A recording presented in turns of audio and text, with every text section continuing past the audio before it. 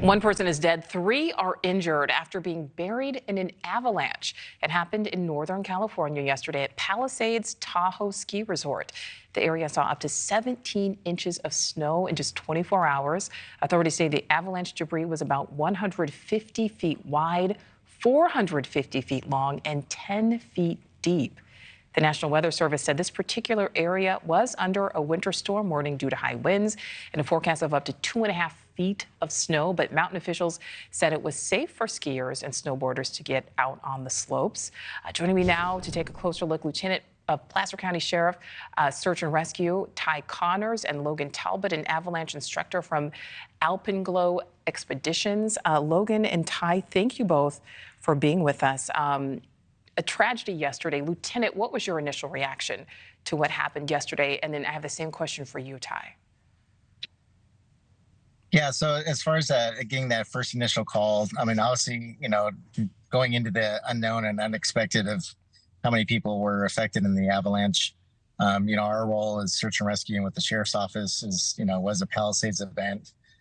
They were doing their search efforts, and so we're just there to support them. They were able to do all the searching within their teams. But again, it's just trying to prepare for the worst. And, unfortunate there was one loss of life, but they did an excellent job on the search efforts. Absolutely. Ty, what was your reaction? Oh, I'm Logan. Oh, sorry, Logan. Logan. Yeah, so, I can't speak to the event yesterday in particular, but avalanches are an objective hazard of skiing and traveling in the mountains in the wintertime. And it's something that maybe people don't often realize. And an objective hazard is something that's naturally occurring that can't be fully mitigated by professionals. And so when we step into the mountainous environment, like yesterday, that is a hazard that exists. And so it's important to, we recommend people get some training and carry some equipment that can help in the event of an accident. Absolutely. And we know that sadly one person did lose their life yesterday, but we also know that this death toll certainly could have been even higher. I'd like, Lieutenant, you talk about some of the things that went right yesterday.